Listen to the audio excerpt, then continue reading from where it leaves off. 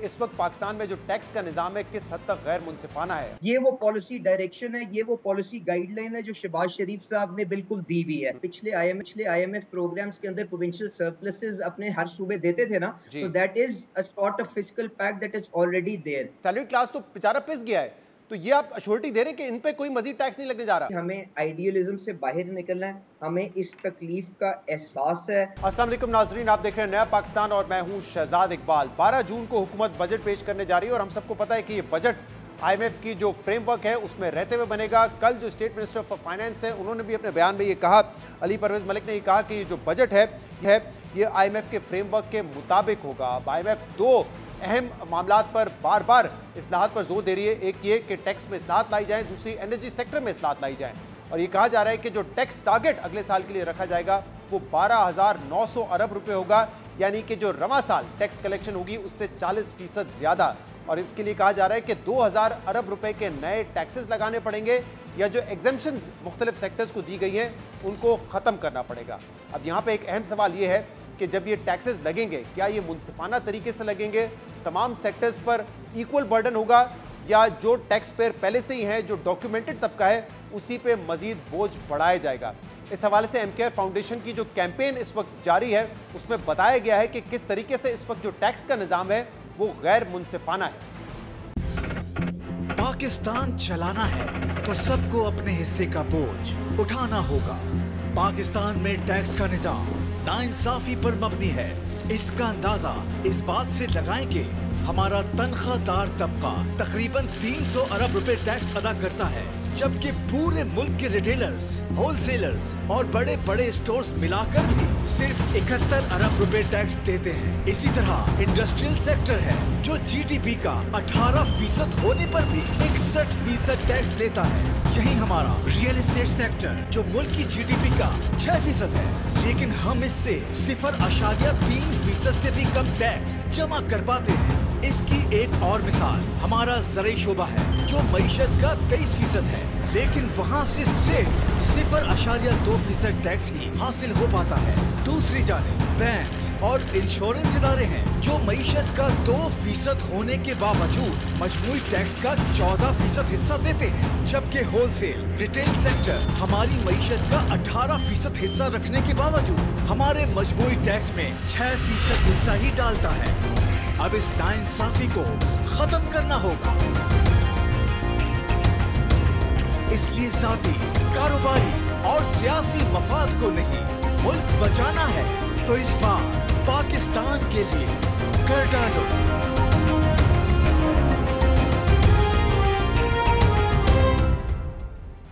ये रिपोर्ट देख के आपको अंदाजा हुआ होगा कि इस वक्त पाकिस्तान में जो टैक्स का निज़ाम है किस हद तक गैर मुनसिफाना है। अब इस बजट में हुकूमत इसको मुनसिफाना बनाने के लिए क्या इस्लाहात करने जा रही है, इस पर हम बात करेंगे, जिसके लिए हमें ज्वाइन किया है अली परवेज मलिक ने, state minister for finance and revenue. Ali साहब, बहुत बहुत शुक्रिया वक्त देने के लिए। आपने भी कल ये कहा कि IMF के फ्रेमवर्क में रहते हुए हमें ये बजट तैयार करना है और इसके बाद ही यकीनन IMF का जो प्रोग्राम है पाकिस्तान को मिल सकेगा। 12,900 अरब रुपए के टैक्स की बात हो रही है, यानी कि पाकिस्तान को 2,000 अरब रुपए के या तो नए टैक्सेस लगाने पड़ेंगे या एग्जेम्पशंस खत्म करनी पड़ेंगी। हुकूमत ने इस हवाले से क्या फैसला किया अब तक? बिस्मिल्लाहिर्रहमानिर्रहीम। बहुत शुक्रिया शहजाद साहब, आपने अपने प्रोग्राम में याद किया। देखें, मैं थोड़ा सा पस मंज़र जो है वो पहले आपके सामने पेश कर देता हूँ और बिल्कुल आपके एक एक सवाल का जवाब दे दूंगा। देखें, अभी रिसेंट टाइम्स के अंदर जो बिगाड़ आया था ना, वो कहाँ से शुरू हुआ, इस चीज़ को एक सेकंड के लिए समझने की कोशिश करें कि जब पीडीएम की हुकूमत जब कायम हो रही थी तो उस वक्त इमरान खान साहब ने जब अनफंडेड फ्यूल सब्सिडीज दे के पाकिस्तान की आईएमएफ की रिलेशनशिप को टॉर्पीडो किया था, तो वहाँ पे ये बीज जो डिस्ट्रस्ट के आज हमारे सामने एक यहाँ पे बिल्कुल एक दरख्त की तरह सामने उमंड के हमारे सामने खड़े हैं, ये वहाँ से प्रॉब्लम अराइज हुई थी। और उसके बाद आपके जो एक्सटर्नल सेक्टर की जो वल्नरेबिलिटीज थी वो मेरे से ज्यादा आप वाकिफ हैं कि हमें किस तरह से तकरीबन 20 से 25 बिलियन डॉलर सालाना का इंतजाम करना होता है। And without that bill clean bill of health from IMF वो किसी भी मुल्क के लिए, खास तौर पे पाकिस्तान जैसे मुल्क के लिए मुश्किल होता है फाइनेंस करना। तो मैं आपको ये अप्रिशिएट करता हूँ कि आपने पहले वो आइडियलिज्म के अंदर रहते हुए जिस तरह दोस्त बात करते हैं कि जी हम आईएमएफ अगर ना हो तो क्या होता है, आपने कम से कम उस चीज़ को एक्नॉलेज करते हुए जो हमारी जो हकीकतें हैं उनको उनको सामने रखते हुए पॉलिसी डायरेक्शन की बात कर रही हैं। तो मैं बिल्कुल आपसे क्लियरली बात करता हूं कि हमने IMF फ्रेमवर्क के अंदर रहते हुए जो भी हमारे पास उसको अपनी इकोनॉमिक पॉलिसी को रीओरिएंटेट करना होगा, रिकैलिब्रेट करना होगा कि हमने किस सेगमेंट को तहफ़्फ़ुज़ देना है और किस सेगमेंट को डॉक्यूमेंटेशन में लाना है या कहाँ पे टैक्सेशन मेजर्स लेके आने हैं। ये वो पॉलिसी डायरेक्शन है, ये वो पॉलिसी गाइडलाइन है जो शहबाज शरीफ साहब ने बिल्कुल दी हुई है। और जो IMF के साथ जो टारगेट की आपने बात की, वो बिल्कुल चाहे 40% हो, 35% हो, 30% हो, I would just like to highlight 2 things. एक तो ये है कि FBR ने पिछले साल भी, या ये जो साल एंड हो रहा है, इसके अंदर भी तकरीबन ओवर 30% ऑफ रेवेन्यू इंक्रीज उन्होंने दिखाई है। अब उसके बाद जो नेगोशिएशंस IMF के साथ चल रही थी, मुझे यकीन है कि उन दोस्तों ने जो इंगेज थे, क्योंकि मेरी इंडक्शन कैबिनेट में थोड़ी सी बाद में हुई, उन्होंने भरपूर अंदाज के अंदर निगोशिएट करने की कोशिश की होगी। उन्होंने उनको बताने की कोशिश की होगी कि किस तरह से हमारी जो इकोनॉमी है वो बड़े फ्रंट्स के ऊपर स्ट्रगल कर रही है, तो इसको ट्रांजिशन करके हमें आहिस्ता आहिस्ता टैक्सेशन की जो हमारी शरह है वे विज़ GDP उसको बढ़ाने की स्पेस दी जाए। बट जो नंबर भी उनके साथ लॉक होगा IMF के अंदर वो आपके सामने आ जाएगा। But please try to understand it is not out of choice, it is out of compulsion that we have to work. लेकिन IMF इस हवाले से बड़ा क्लियर है, वो कहता है कि हम टारगेट जरूर देते हैं कि 10% टैक्स टू GDP होना चाहिए, लेकिन हम भी चाहते हैं कि ब्रॉड बेस हो।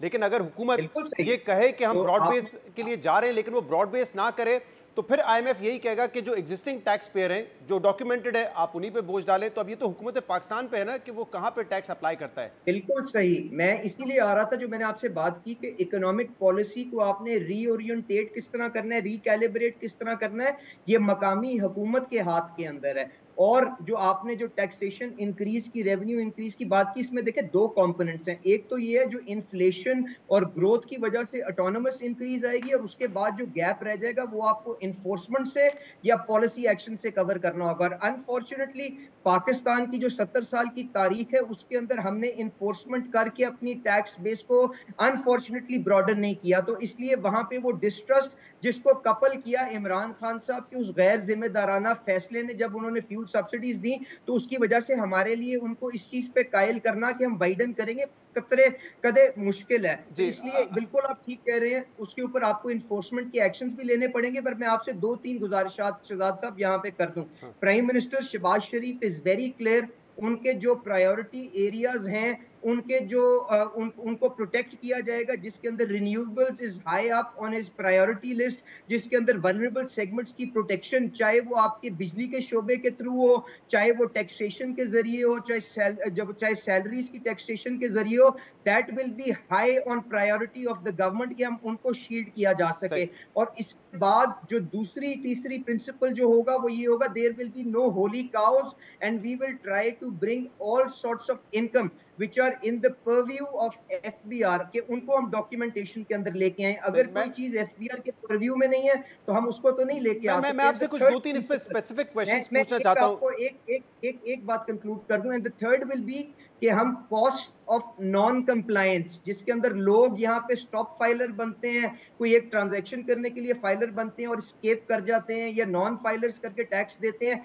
that cost is also going to increase, and now you will see a concerted action के उनकी जो डेटा है, उनकी जो लाइफस्टाइल्स हैं, उनको मैप करके जो हमारे DG ब्रॉडनिंग है FBR के अंदर, एक पूरा डायरेक्टोरेट है, उसके थ्रू उनके पीछे भी फॉलो अप करके हम ये जो ट्रस्ट डेफिसिट है इसको भी कवर करने की कोशिश करेंगे। And now you can take me to whichever question you want. I hope ऐसा हो, क्योंकि हमने तो माजी में इसहाक डार साहब ने विदहोल्डिंग टैक्स लगाया था इसी इंटेंशन को कि जब कॉस्ट बढ़ेगी तो फाइलर बनेंगे, उस तरीके से उसके नताइज आए नहीं। और जो फॉलो वाली बात है ये भी माजी में हो चुकी है। आई होप इस पर इंप्लीमेंटेशन हो सके।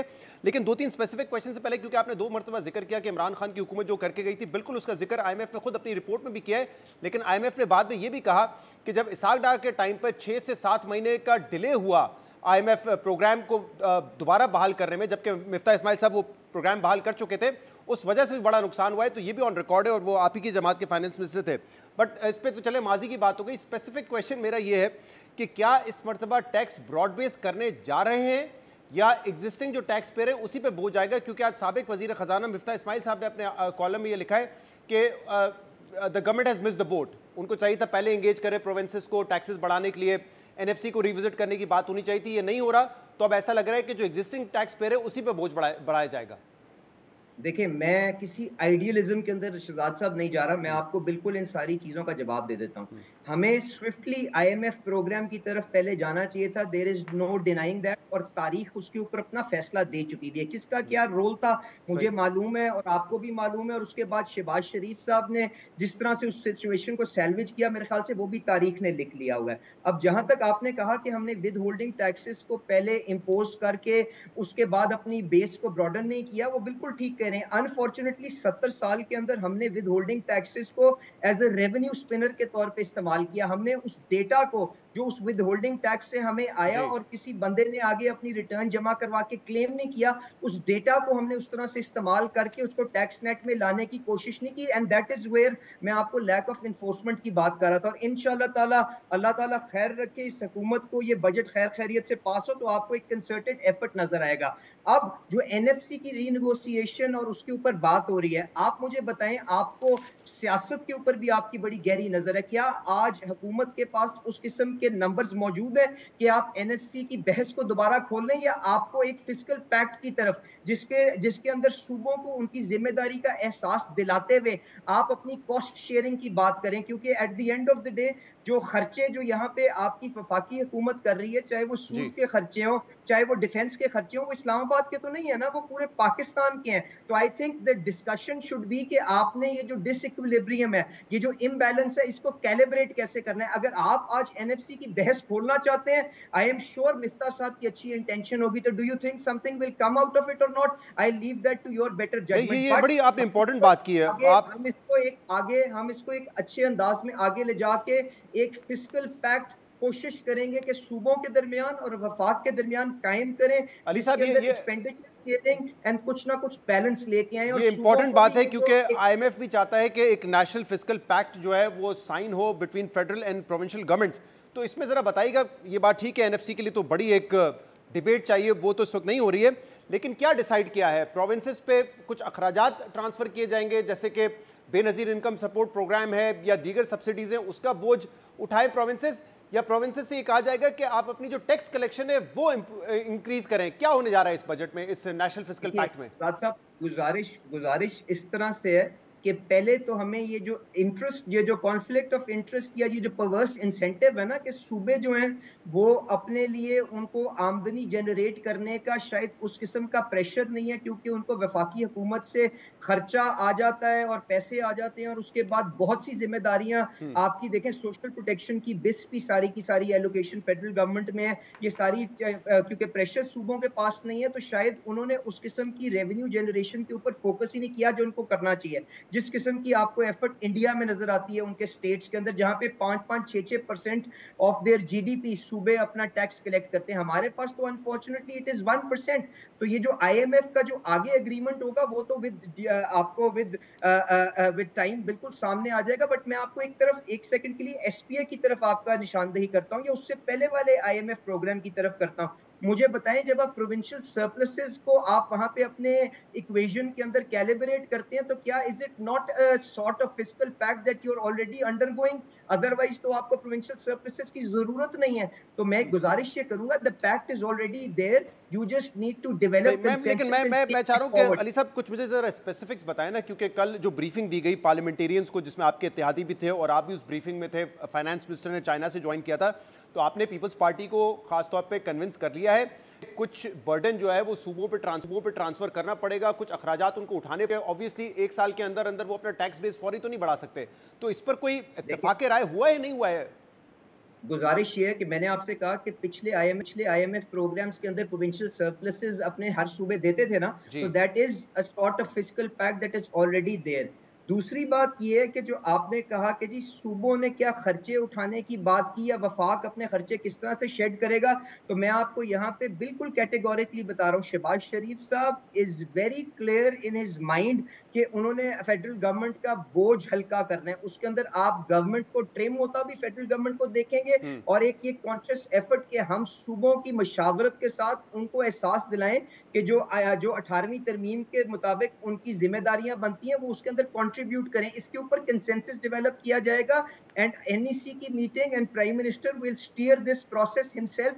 बिकॉज जिस तरह से ये मुल्क 70-80 साल से चलता रहा है उस तरह से तो आगे चल नहीं सकता। तो मैं आपसे इतनी गुजारिश करूंगा, just be a little patient. आपको फेडरल गवर्नमेंट के अंदर, वफाक के अंदर भी ये सीरियसनेस है, सूबों के अंदर भी ये सीरियसनेस है। जो सैलरी तबका है, क्योंकि उनका टैक्स एट सोर्स कट जाता है, वो टैक्स अपना चोरी नहीं कर सकते, क्या उन पे मजीद बोझ बढ़ने जा रहा है? स्लैब्स के हवाले से बात हो रही है कि स्लैब्स को कम किया जाएगा, इस पर हुकूमत ने बात मान ली IMF की? देखिए शहजाद साहब, बहुत सी गैर जिम्मेदाराना रिपोर्टिंग बड़े बड़े लोगों ने पिछले चंद दिनों के अंदर की है, एंड मुझे तो यकीन माने अफसोस हुआ कि किस तरह से वो लोगों की इंटेंशन और मेहनत का मजाक उड़ाते हैं। अब जहां तक सैलरी क्लास की बात है, मैंने आपसे पहले कहा कि शहबाज शरीफ साहब जो हैं इस कमिटेड कि हमने तनख्वाहदार तबके को प्रोटेक्ट करना है। उसके अंदर यहाँ पे इस किस्म की खबरें भी चलती रही कि शायद 40-50% सैलरी ब्रैकेट के जो हाईएस्ट सैलरी ब्रैकेट है उसका रेट किया जा रहा है। किसी ने कुछ बात की, किसी ने कुछ बात की। मैं आपसे गुजारिश ये कर रहा हूँ कि एक कॉन्शियस एफर्ट होगी कि हम अपनी जो टैक्सेशन की इंसिडेंस है सैलरीड क्लास के ऊपर कम करें। जो लोग 200 यूनिट से कम बिजली इस्तेमाल करते हैं उनकी प्रोटेक्शन करें। बिस्प के अंदर अपनी रिसोर्स एलोकेशन को बढ़ाएं, फिजिकल स्पेस हुकूमत को छोटा करके। मुझे थोड़ा स्पेसिफिकली बताइएगा कि आप कह रहे हैं कि सैलरी क्लास को आप चाह रहे हैं कि इंसेंटिवाइज करें, उस पर कम करें उल्टा टैक्स का बर्डन, ये करने जा रहे हैं? नहीं, मैंने आपसे ये कहा है कि जिस किस्म की गैर जिम्मेदाराना गुफ्तगू टीवीज पे और सोशल मीडिया में चल रही थी, कतन ऐसी कोई बात नहीं है। शहबाज शरीफ साहब की तरफ से क्लियर डायरेक्शन है कि हमने जो तनख्वाहदार तबका है उसको जिस हद तक हो सके हमने उसको प्रोटेक्ट करना है, और खास तौर पे जो लोअर ब्रैकेट्स हैं उसको प्रोटेक्ट करना है। लेकिन इसमें मसला ये अली परवेज मलिक साहब, एक तरफ तो शहबाज शरीफ साहब की ख्वाहिश है, दूसरी तरफ IMF का एक प्रोग्राम है जो हमें चाहिए, और IMF पिछले साल भी ये इस पे प्रेशराइज करा था, हमने वो प्रेशर बर्दाश्त किया और हमने सैलरी क्लास का जो स्लैब है उसको उस तरीके से नहीं चेंज किया जिस तरीके से IMF चाह रहा था। अब आपने देखा हो शायद जियो न्यूज़ पे MKR फाउंडेशन की पूरी एक कैंपेन चल रही है कि हमारा जो टैक्स का निज़ाम है वो नाइंसाफ़ी पे मबनी है। सैलरी क्लास 300 अरब रुपए के टैक्स देता है, हमारा एक्सपोर्ट सेक्टर इतना टैक्स नहीं देता, हमारा पूरा जो रिटेल होलसेल सेक्टर है वो सिर्फ 71 बिलियन टैक्स देता है, जो कि बहुत कम है सैलरी क्लास से। इंडस्ट्रियल सेक्टर की अगर कॉन्ट्रीब्यूशन 18% है तो उससे जो टैक्स लिया जाता है वो कई गुना ज़्यादा है। तो इसको हमने एक इंसाफ पे मबनी टैक्सेशन निज़ाम बनाना है, और आपने खुद देखा है इस महंगाई की वजह से जो कि 25 से 30% रही है औसतन पिछले 2-3 साल में, सैलरी क्लास तो बेचारा पिस गया है। तो ये आप अश्योरिटी दे रहे हैं कि इन पे कोई मजीद टैक्स नहीं लगने जा रहा? शहजाद भाई, मैंने आपसे कहा है कि जी हमें आइडियलिज्म से बाहर निकलना है, हमें इस तकलीफ का एहसास है। हमने यहाँ पे जो प्रिंसिपल आपके सामने ले डाउन किया है कि there will be no holy cows, हम सारी इनकम्स के ऊपर जिस हद तक हो सकेगा कोशिश करेंगे कोई कुछ प्रोग्रेस करें। अगर उसकी वजह से कोई 19-20 किसी के ऊपर एडिशनल लोड आता है तो it is not on the lines of what is being preached in the social media space. हम हर हद तक कोशिश करेंगे कि जहां तक प्रोटेक्शन हो सके, जहां तक उसके अखराजात हो सके कर सकें, भरपूर करेंगे। बट मैं किसी आइडियलिज्म की दुनिया में या गलत उम्मीद किसी को लगाना नहीं चाहता, क्योंकि मैं एक जिम्मेदार पोजीशन में बैठा हूं और मैं पाकिस्तान लेकिन ऑब्वियसली क्योंकि कल आपने आपके लिए भरपूर कोशिश करूंगा। आपका कल जो बयान था उसमें आपने इस बात का जिक्र किया कि स्टॉक मार्केट में बाज़ सट्टेबाज गलत अफवाहें फैला रहे हैं, लेकिन साथ में आपने ये भी कहा कि तिजारत हो, स्टॉक मार्केट हो, ज़राअत हो, इस शोबे की जांच इस वक्त की जा रही है। तो क्या ये बात दुरुस्त है कि स्टॉक मार्केट के हवाले से जो कैपिटल गेन टैक्स है वो 40-45% तक लगाया जा सकता है? क्योंकि अभी आज ही नवाज शरीफ साहब बड़ी तारीफ कर रहे थे कि स्टॉक मार्केट में बड़ा इजाफा हो रहा है, और हमने देखा है कि पिछले कुछ महीनों में फॉरेन इन्वेस्टमेंट भी आई है स्टॉक मार्केट में। तो क्या इसको इंसेंटिव के तौर पे आप देंगे या अब टैक्स वहाँ पे बढ़ा देंगे, जिससे शायद हो सकता है कि जो इन्वेस्टमेंट आ रही हो, क्योंकि हमारे वैसे ही कंसर्न होता है फॉरेनर का कि पता नहीं करेंसी कितनी डिप्रिशिएट होगी, तो क्या यहाँ पे टैक्स बढ़ने जा रहे हैं या नहीं जा रहे?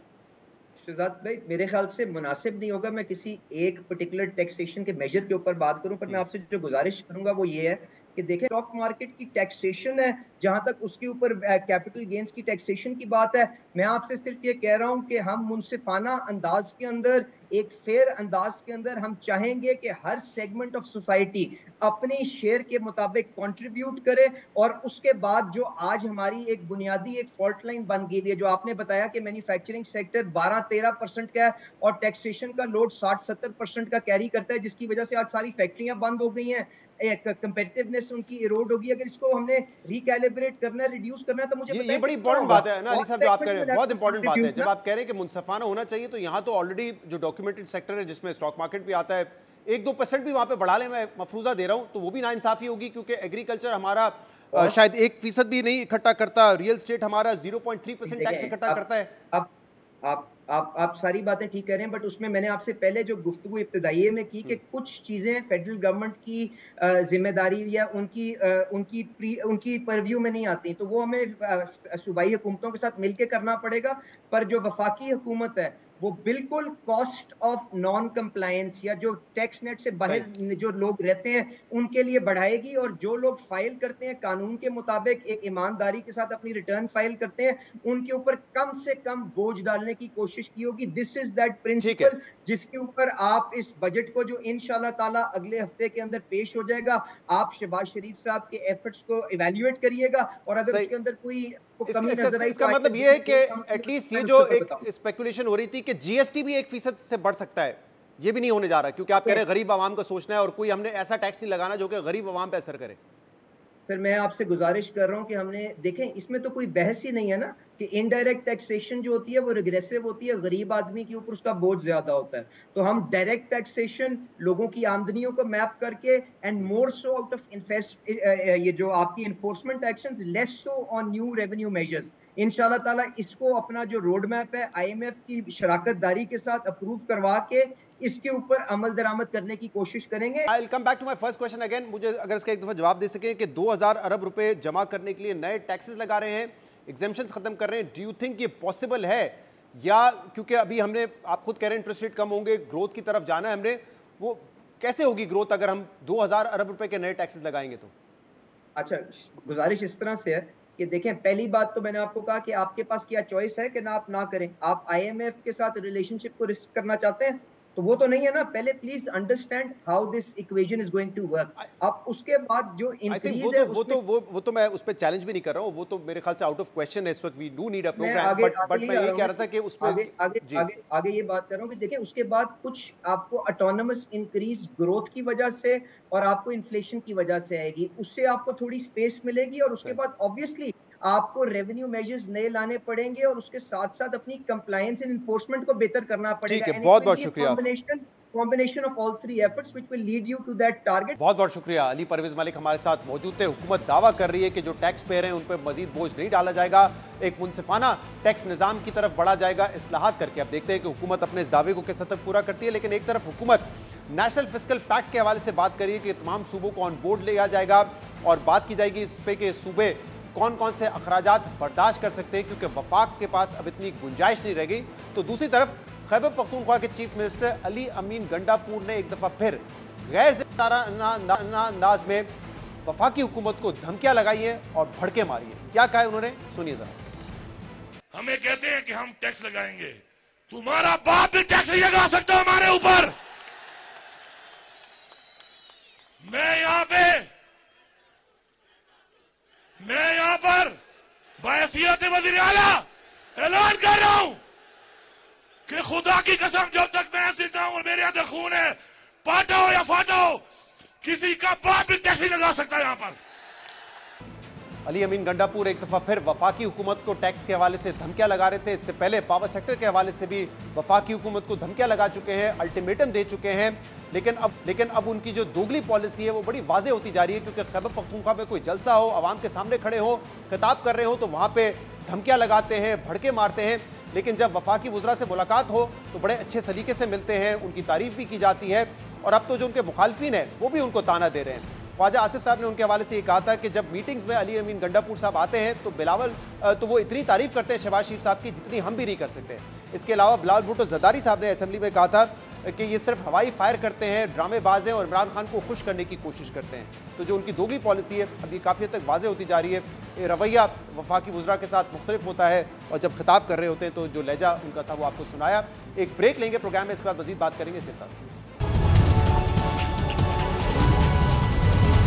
Welcome back. सिविल सोसाइटी, सहाफ़ती तंजीमों और इंसानी हकूक़ के इदारों समेत अपोजिशन के मुसलसल एहतजाज के बावजूद गवर्नर हाउस ने पिछले माह पंजाब असेंबली से मंजूर होने वाला हद तक इज़्ज़त का बिल मंजूर कर लिया है, जिसके बाद ये मुतनाज़ा बिल अब बाकायदा कानून बन गया है। और इस मुतनाज़ा बिल की तैयारी और मंजूरी से लेकर कानून बनने तक पूरे मामले में जहां नून लीग का आज़ादी सहाफ़त से मुतल्लिक मौक़िफ़ बुरी तरह बेनकाब हुआ है, वहीं पीपल्स पार्टी के मशकूक किरदार पर भी सवालात उठ रहे हैं। क्योंकि पीपल्स पार्टी ने अवामी सतह पर तो बज़ाहिर इस बिल के खिलाफ पोजीशन लेने की कोशिश की और इस बिल के खिलाफ बयानात दिए। पीपल्स पार्टी से ताल्लुक रखने वाले गवर्नर पंजाब सलीम हैदर ने इस बिल को वापस असेंबली भेजने का इशारा भी दिया, मगर इस मुखालफत के बावजूद पहले तो पीपल्स पार्टी ने पंजाब असेंबली में बिल के खिलाफ वोट नहीं दिया और इसके बाद गवर्नर पंजाब ने बिल वापस भेजने का बयान तो दिया, मगर वो बिल असेंबली को वापस भेजे बगैर छुट्टी पर चले गए, जिसके बाद उनके गैर मौजूदगी में आज कायम मकाम गवर्नर पंजाब मलिक अहमद खान ने बिल पर दस्तखत कर दिए हैं, मगर सहाफ़ी तंजीमें इस मुतनाज़ा बिल के कानून बनने पर सरापा एहतजाज हैं। लाहौर प्रेस क्लब के एलामिये के मुताबिक पंजाब हुकूमत ने हद तक इज्जत कानून पर हट धर्मी का मुजाहरा किया। पंजाब असेंबली के बाद कायम मकाम गवर्नर से भी उजलत में बिल पर दस्तखत कराए गए। एलामिये के मुताबिक सदर लाहौर प्रेस क्लब अरशद अंसारी का कहना है कि पीपल्स पार्टी के गवर्नर पंजाब बिल को वापस भेजे बगैर बैरून मुल्क छुट्टी चले गए। पीपल्स पार्टी सियासी पॉइंट स्कोरिंग के लिए बिल की मुखालफत कर रही है। पीपल्स पार्टी भी अंदर खाते हुकूमत के साथ एक पेज पर है। ज्वाइंट एक्शन कमेटी की मुशावरत से लाए अमल तय किया जाए। सहाफती तंजीमें पीपल्स पार्टी के मशकूक किरदार पर उंगलियां उठा रही है, मगर पीपल्स पार्टी मुसलसल हद तक इज्जत के कानून से खुद को लाताल्लुक करने की कोशिश कर रही है। आज भी इस बिल के कानून बनने के बाद रहनुमा पीपल्स पार्टी शाजिया मरी ने कहा है कि बिल की मंजूरी में पीपल्स पार्टी शराकतदार नहीं है। पंजाब असेंबली में बिल की मंजूरी के वक्त भी पीपल्स पार्टी गैर हाजिर रही। हद तक इज्जत बिल पर पीपल्स पार्टी को तशवीश है, जबकि गवर्नर पंजाब सलीम हैदर ने भी बिल की मंजूरी के मौके पर इन्हीं ख्यालात का इजहार किया था। ये इम्कान है कि आप ये बिल जो है वो सूबाई असम्बली को वापस भेज दें। मेरी ये शदीद तरीन ख्वाहिश होगी कि इस बिल को दोबारा जो है वो उसको देखा जाए। अगर मेरी ज़रूरत हो तो इंशाल्लाह मैं भी उसमें शामिल होऊंगा। तो ये बिल्कुल इम्कान मौजूद है कि मैं सूबाई गवर्नमेंट से ये कहूँ कि इसको दोबारा वो रीविज़िट करें और इसको बेहतर करने की कोशिश करें। मगर पीपल्स पार्टी के ज़बानी मुखालफत के बावजूद ना पीपल्स पार्टी ने असेंबली में बिल के खिलाफ वोट दिया और ना ही गवर्नर ने बिल हुकूमत को वापस भेजा। और अब इस मुतनाज़ा बिल के कानून बनने के बाद ये कानून लाहौर हाई कोर्ट में चैलेंज कर दिया गया है। अब देखना होगा कि अदालत इस कानून से मुतालिक क्या फैसला करती है। इन मामलों पर हम बात करेंगे, जिसके लिए हमें ज्वाइन किया है पीपल्स पार्टी के सीनियर रहनुमा हसन मुर्तज़ा ने। हसन साहब, बहुत बहुत शुक्रिया वक्त देने के लिए। हसन साहब, हद तक इज्जत बिल 2024 जब पंजाब असेंबली से मंजूर हुआ तो उसके बाद जो पंजाब के गवर्नर हैं पीपल्स पार्टी के सरदार सलीम हैदर साहब, उन्होंने कहा कि बिल्कुल ऐसा लगता है कि ये बिल जल्दबाजी में पास हुआ है।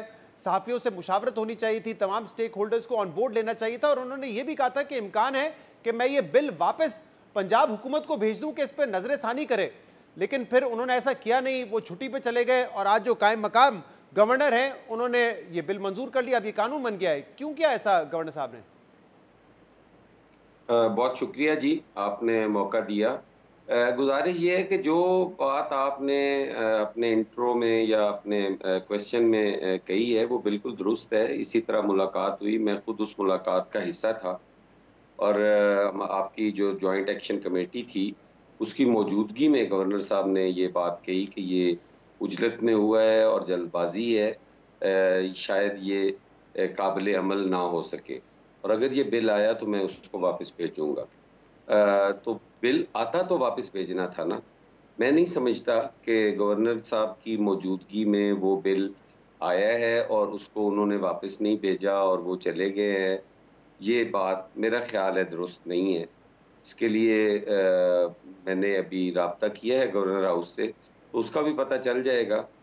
तो इसलिए मैं समझता हूँ कि पीपल्स पार्टी का जो डे फर्स्ट से मौक़िफ़ था, पीपल्स पार्टी उस पर कायम है कि हम किसी तरह भी आज़ादी राय पे कोई कदगन जो है उसको बर्दाश्त नहीं करते, ना ही उसके साथ हैं। हसन साहब, आप ये कह रहे हैं कि गवर्नर के पास ये बिल पहुंचा ही नहीं था, ये कैसे हो सकता है? वो तो इंटरव्यू में हामिद मीर साहब के साथ खुद बैठ के बता रहे थे कि ये बिल जल्दबाजी में है और मैं वापस भेजूंगा। वो क्यों ये बात कहेंगे वापस भेजने की जब बिल उनको मिला ही नहीं था? वो तो तकरीबन पाकिस्तान के हर शहरी को पता है कि ये बिल पास हुआ है असेंबली से, और जब आपकी तंजीमें आई हैं उनको बड़े वाज़िया बताया गया है कि वो बिल हमें मौसूल नहीं हुआ। मैंने आपसे गुजारिश की है कि मैंने अभी राब्ता किया है गवर्नर हाउस से, यकीनन ये बिल जो है ये गवर्नर साहब की मौजूदगी में मौसूल नहीं हुआ, और अगर ये मौसूल ही ना हुआ हो तो पीपल्स पार्टी उसको वापस कैसे भेज सकती थी? हम तो कोशिश करते रहे कि तमाम स्टेक होल्डर्स जो हैं वो बैठें और इस बिल को, इसकी जो जायज़ अमेंडमेंट्स हैं, जो क्लॉज हैं, उनमें जो अमेंडमेंट्स आई हैं। मैं उस पर आता हूँ, जरा मुझे पहले ही बताइएगा हसन मुर्तज़ा साहब कि की पीपल्स पार्टी के गवर्नर हैं, तो क्या ये नून लीग की हुकूमत ने एक हिकमत अमली के तौर पे गवर्नर साहब को ये बिल फॉरवर्ड ही नहीं किया और वो इंतजार कर रहे थे कि गवर्नर साहब छुट्टी पे जाएंगे तो हम उनसे उनकी नॉलेज में लाए बगैर ही ये बिल पास करवा लेंगे? मतलब धोखाधड़ी की है पंजाब हुकूमत ने आपके साथ, आपके गवर्नर के साथ? नहीं, ये मेरा ख्याल है हमारे साथ तो ये धोखाधड़ी नहीं है, क्योंकि बिल भेजना उनका काम है, वो बिल भेजें, उसकी तारीख। लेकिन अगर गवर्नर साहब अपनी इंटेंशन क्लियर कर चुके हैं कि मैं ये वापस भेज दूंगा और इसीलिए उन्होंने उसको हिकमत अमली के तौर पे रखा कि नहीं जब ये छुट्टी पे जाएंगे तब हम ये कार्रवाई डालेंगे, तो इसका मतलब तो फिर वो नहीं चाहते थे ना कि गवर्नर साहब को बिल मिले। देखिए, उसका मतलब तो आप जो मर्जी निकाल सकते हैं, उसको बिल्कुल जो आप कह रहे हैं वो भी निकल सकता है, ये भी निकल सकता है कि उन्होंने वो लेट भेजा हो, क्योंकि उसमें तारीख का तयन तो नहीं होता कि ये फलां दिन तक भेजना है। और अगर कोई डेट्स हैं भी या उसकी कोई मुद्दत मियाद है भी, तो वो अगर रहती हो और उसके दौरान वो भेज दें तो वो भेज सकते हैं। अच्छा, आप अभी कह रहे हैं कि पीपल्स पार्टी का कोई ऐसा ट्रैक रिकॉर्ड नहीं रहा। आप कह रहे हैं कि जो जॉइंट एक्शन कमेटी की मीटिंग थी उसमें आप भी शरीक थे। आज इरशाद अंसारी साहब जो कि सदर हैं प्रेस क्लब के, उन्होंने ये कहा है कि पीपल्स पार्टी सियासी पॉइंट स्कोरिंग के लिए बिल की मुखालफत कर रही है, पीपल्स पार्टी भी अंदर खाते हुकूमत के साथ एक पेज पर है, ये उनका बयान है। तो आपके ऊपर तो कोई एतमाद नहीं कर रहा, जिन सहाफियों से आप मिले हैं, जिनकी तारीफ कर रहे हैं, वो भी आप पे एतमाद नहीं कर रहे हैं। देखें, अरशद अंसारी साहब हमारे बहुत पुराने दरीना साथी भी हैं, भाई भी हैं, और वो एक सियासी सहाफ़ती रहनुमा भी हैं, तो उनका एहतराम जो है वो यकीनन हम सारों पे है। लेकिन उनकी अपनी एक राय है ना, वो अपनी राय दे सकते हैं ना, कि उनको ये महसूस होता है कि पीपल्स पार्टी जो है उसकी म्यूचुअल अंडरस्टैंडिंग। इस राय की एक वजह यह है हसन साहब, क्योंकि आपके दीगर लोग आज जैसे शाजिया मरी साहिबा ने कहा है कि पीपल्स पार्टी इसमें शराकतदार नहीं है। टीवी के हद तक तो आप लोगों के बयानात मौजूद हैं, लेकिन जब ये बिल तैयार हो रहा था, कमेटी में गया, उस्मा बुखारी साहिबा कहती है कि पीपल्स पार्टी हमारे साथ थी। जब ये पार्लियामेंट में आया पंजाब असेंबली में, तो आप लोगों ने एब्सटेन कर दिया, वहां खड़े होकर फ्लोर ऑफ द हाउस इसकी मुखालफत करते, आप लोगों ने नहीं की। फिर आपके गवर्नर साहब छुट्टी पे चले जाते हैं, पीछे से बिल पास हो जाता है। गवर्नर साहब पहले ही उसको रिजेक्ट कर सकते थे, लेकिन आप कह रहे हैं उनको मिला ही नहीं। तो कहीं ना किसी तो आपको आके अपनी पोजीशन वाजे करते ना, टीवी पे बयान दे देते हैं बस आप लोग आकर। देखिए, जितना कुछ ये सोचने पे जोर दिया जा रहा है कि पीपल्स पार्टी ने उसमें कुछ नहीं किया, पीपल्स पार्टी ने म्यूचुअल अंडरस्टैंडिंग के साथ ये बिल करवा दिया, अंसारी साहब का यही मौकफ था। तो ये पीपल्स पार्टी ने अपनी म्यूचुअल अंडरस्टैंडिंग के साथ करवा दिया। देखिए, स्टैंडिंग कमेटीज के अंदर बिल आते हैं, लोग होते हैं, अगर हमारा कोई मेंबर मौजूद ना हो और उस पर यह कह दिया जाए कि जी वहाँ पे वो मौजूद नहीं थे, हमारे हैदर अली गिलानी साहब जो हैं वो उस कमेटी का हिस्सा हैं, वो उस दिन मौजूद नहीं थे। उनका इलेक्शन था मुल्तान के अंदर, जो बाय इलेक्शन हो रहा था, उनका भाई इलेक्शन कॉन्टेस्ट कर रहा था, वो मौजूद नहीं थे। जब हाउस में ये बिल आया तो उस वक्त भी इलेक्शन में वो उधर ही थे, क्योंकि इतना तो टाइम ही नहीं था। लेकिन आप पीएमएलएन को किस तरह बेल आउट करते हैं, जिन्होंने आपकी जॉइंट एक्शन कमेटी से मीटिंग के दौरान कहा कि हम एक हफ्ते के अंदर अंदर आप लोगों को बुलाएंगे। नहीं, उनको तो बेल आउट करने का सवाल ही नहीं पैदा होता। पूरी सहाफती बरादरी उन पे तनकीद कर रही है और लाहौर हाई कोर्ट में भी ये मामला चैलेंज भी हो गया है।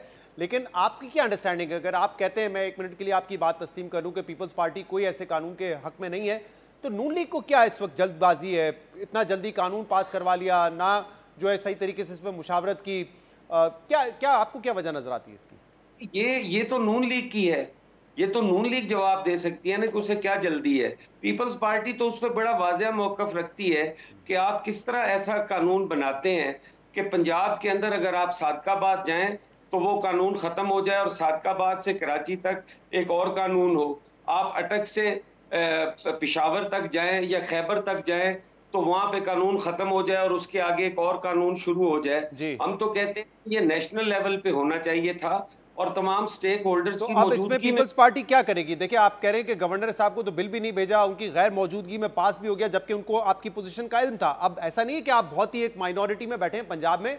ये जो वफाकी हुकूमत खड़ी हुई है, ये आपकी वजह से खड़ी हुई है। ये जो अभी बजट आना है, ये आपकी वजह से ही पास होना है। तो कोई जिस पे आप पोजीशन लेंगे बाकायदा कि नहीं, इस बिल को आप वापस करें, इसमें अमेंडमेंट करें, वरना हम आपको बजट में नहीं सपोर्ट करेंगे, आपकी हुकूमत को नहीं सपोर्ट करेंगे। कोई ऐसी पोजीशन जब नजर आएगी पीपल्स पार्टी की, तो जो अंसारी साहब जैसे लोग हैं या दूसरे साफी हैं वो भी यकीन करेंगे कि वाकई पीपल्स पार्टी चाहती है कि वो इंडिपेंडेंट मीडिया रहे और शराकतदार नहीं है वो इस सारे खेल में। नहीं, इसमें यकीनन आप दुरुस्त कह रहे हैं। पीपल्स पार्टी इंशाल्लाह ताला उसमें अब मशावरत करती है और इसमें हम ज़रूर जो पीपल्स पार्टी का किरदार है वो ज़रूर हम अदा करेंगे। किस तरह मुमकिन है कि पीपल्स पार्टी खामोश तमाशाई बनी रहेगी? पीपल्स पार्टी बाकायदा उस पर अपने सारे मशावरत के बाद हम जो कानूनी चाराजोई हुई, अगर उसका हमारी लीडरशिप ने ये फैसला किया तो हम उधर भी जाएंगे और उसका on the floor of the house भी, और उनसे जो एहतजाज है मशावरत के बाद ही हो सकता है ना। ये उम्मीद करते हैं कि पीपल्स पार्टी इसमें अपना मस्बत किरदार अदा करेगी। बहुत बहुत शुक्रिया। हसन मुर्तज़ा साहब हमारे साथ मौजूद थे, शामिल करेंगे, मजीद बात करेंगे। Stay with us.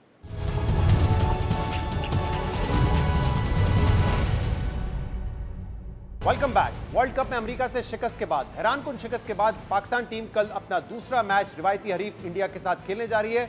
आमतौर पर इंडिया के साथ जो मैच होता है पाकिस्तान का, उसको एक बड़ा मुकाबला करार दिया जाता है, लेकिन फैंस इस मरतबा ज़्यादा पुरुम्मीद नहीं है, क्योंकि अमेरिका से शिकस्त के बाद कहा जा रहा है कि ये पाकिस्तान के लिए एक नया लो पॉइंट है और इसीलिए ज़्यादा उम्मीदें फैंस नहीं बांध रहे इस मुकाबले से, क्योंकि इंडिया की एक स्ट्रॉन्ग टीम है, जबकि पाकिस्तान टीम में इस वक्त कई खिलाड़ी ऐसे हैं जो कि आउट ऑफ फॉर्म नजर आ रहे हैं। जो कॉम्बिनेशन है वो भी इस वक्त समझ नहीं आ रहा कि क्या बनाएगी पाकिस्तान क्रिकेट टीम। इस पर हम मजीद बात करेंगे कि कल के मैच के हवाले से क्या एक्सपेक्टेशन है, क्या कोई तब्दीलियां होने जा रही हैं। हमें ज्वाइन करेंगे स्पोर्ट्स एनालिस्ट और जर्नलिस्ट याया हुसैनी।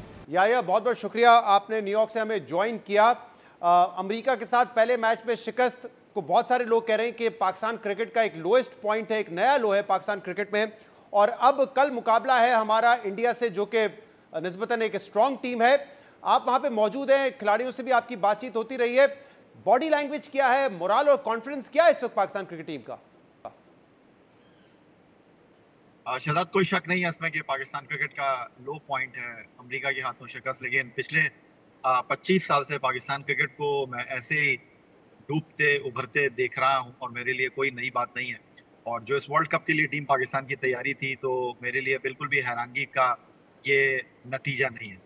जहाँ तक आप बात कर रहे हैं पाकिस्तान टीम के मोराल की, पाकिस्तान टीम के कैंप के हवाले से, तो मैं बड़ा हैरान हूँ कि जो इस वक्त पाकिस्तान में खबरें चल रही हैं कि खिलाड़ी जो हैं वो कमरों से बाहर नहीं निकले, 2 दिन से खाना नहीं खाया, तो ये सब कुछ मेरे लिए हैरानकुन है। क्योंकि कल मैं पाकिस्तान टीम के होटल भी किया था और खिलाड़ी जो थे अपने फैंस से मिल रहे थे, होटल से बाहर भी जा रहे थे। बहुत सारे खिलाड़ियों की फैमिलीज उनके साथ हैं, उनके चेहरे पर मैंने कोई थकावट नहीं देखी, उनके चेहरे पर मैंने कोई गम नहीं देखा, बहुत नॉर्मल थे, बहुत इजी फील कर रहे थे। कल जिस होटल में टीम पाकिस्तान ठहरी हुई है, 9 मिनट की ड्राइव पर पाकिस्तान टीम का होटल है। और ये बड़ी हैरानकुन बात है शहजाद के, जब पाकिस्तान और भारत के दरमियान नसाओ क्रिकेट स्टेडियम न्यूयॉर्क में मैच खेला जाएगा तो पाकिस्तान टीम पहली मर्तबा जो है नसाओ क्रिकेट स्टेडियम को देखेगी, क्योंकि आज यहाँ पर मैच हो रहा है और वहाँ पर प्रैक्टिस पिचेस मौजूद नहीं है, तो पाकिस्तान टीम किसी दूसरी जगह प्रैक्टिस कर रही है। भारत की टीम ने आज पहले प्रैक्टिस की और अब पाकिस्तान टीम प्रैक्टिस करेगी। तो इस वक्त अगर आप मुझसे ये पूछें कि पाकिस्तान टीम में कोई गम है, कैंप में कोई उदासी है, तो बिल्कुल भी ऐसी कोई बात नहीं है। पाकिस्तान टीम के खिलाड़ी फोकस हैं और उनको मैं जो आप बात कर रहे हैं कि कोई गम नहीं देखा जा रहा है, वैसे तो मेरे ख्याल से शायद इसको पॉजिटिवली लिया जाए कि चलें वो शिकस्त को भूल के अब आगे बढ़ने की कोशिश कर रहे हैं और एक फ्रेश माइंड के साथ वो जाएंगे अगले मैच में। लेकिन यहाँ तो ये भी सोशल मीडिया पे एटलीस्ट कुछ मैंने देखा, लोग बात कर रहे थे कि खिलाड़ी रो रहे थे उस शिकस्त के बाद और बहुत ज्यादा मायूस हो गए थे। नहीं, मैं ये नहीं कह रहा शहजाद कि मैच के बाद ड्रेसिंग रूम में क्या हुआ होगा। डेफिनेटली खिलाड़ियों के चेहरे लटक गए होंगे, रोए भी होंगे मैच के बाद, लेकिन उसके बाद जब बस में बैठे होंगे, होटल आए होंगे, तो नॉर्मल हो गए, क्योंकि इस तरह की चीजों को वो फेस करते रहे हैं। लेकिन अगर अमेरिका की शिकस्त को वो दिल से लगा लेंगे तो फिर आगे बढ़ना मुश्किल हो जाएगा। अब इस टूर्नामेंट में आप देखिए कि जिस तरह कनाडा ने आयरलैंड को हरा दिया है, और कल जब मैं न्यूयॉर्क के जॉन एफ कैनेडी एयरपोर्ट पर पहुंचा था, तो जो इमिग्रेशन ऑफिसर थी वो मुझसे कह रही थी कि अब अमेरिका की टीम इस टूर्नामेंट में मजीद कोई मैच नहीं जीतेगी, तो आप दिल छोटा मत करिएगा। तो इस तरह की चीजें भी हमको फेस करनी पड़ रही हैं, लेकिन टूर्नामेंट बहुत ओपन है और हम अमेरिका से हारे जरूर है। लेकिन एक चीज जो बड़ी पॉजिटिव है पाकिस्तान के लिए अमेरिका से शिकस्त के बावजूद, कि पाकिस्तान टीम अगर अपने अगले 3 मैच जीतती है और अगर भारत से पाकिस्तान हार भी जाता है और भारत से हारने के बाद अमेरिका जो है वो अमेरिका को हरा देता है भारत, और आयरलैंड से अपना आखिरी मैच जो है वो अमेरिका हार जाता है। तो नेट रन रेट के ऊपर पाकिस्तान को ज्यादा दिक्कत का सामना नहीं होगा, क्योंकि मैच आपको याद है ऊपर ओवर तक जी। नेट रन रेट नेगेटिव नहीं है, 0 है इस वक्त हमारा। चले, हमेशा रिवायती तौर पे भी हम यही टूर्नामेंट के दौरान डिस्कस करते रहते हैं कि यार ऐसा हो गया तो फिर क्या होगा, टीम मुख्तलिफ कॉम्बिनेशंस प्रोबेबिलिटी हम निकाल रहे होते हैं उसकी, लेकिन यहाँ पे पहले मैच के बाद ही वो सिचुएशन है। ज़रा टीम कॉम्बिनेशन के हवाले से बताइएगा, मतलब तैयारी किस हद तक नाकिस थी? वो तो इस बात से अंदाज़ा लगाया जा सकता है कि टीम कॉम्बिनेशन हमारा तैयार ही नहीं था। साइम अयूब को पिछले 1 साल खिलाया, लेकिन फिर वर्ल्ड कप से पहले ड्रॉप कर दिया। तो अब खबरें आ रही हैं दोबारा कि कुछ चेंजेस हो सकते हैं और मुमकिन तौर पे साइम अयूब आएंगे, आजम खान को ड्रॉप कर दिया जाएगा। इस हवाले से क्या इत्तलात हैं? देखिए, मैं आपको एक बात बताऊं कि एक चीज तो मुझे श्योर शॉट लग रही है कि आजम खान इंडिया का मैच नहीं खेलेंगे, और शायद आजम खान का वर्ल्ड कप हो चुका है पूरा। Pakistan team West Indies travel करती है, वहां क्या सिचुएशन होगी आई डोंट नो, बट 2 से 3 तब्दीलियां मैं उम्मीद कर रहा हूं पाकिस्तान टीम में।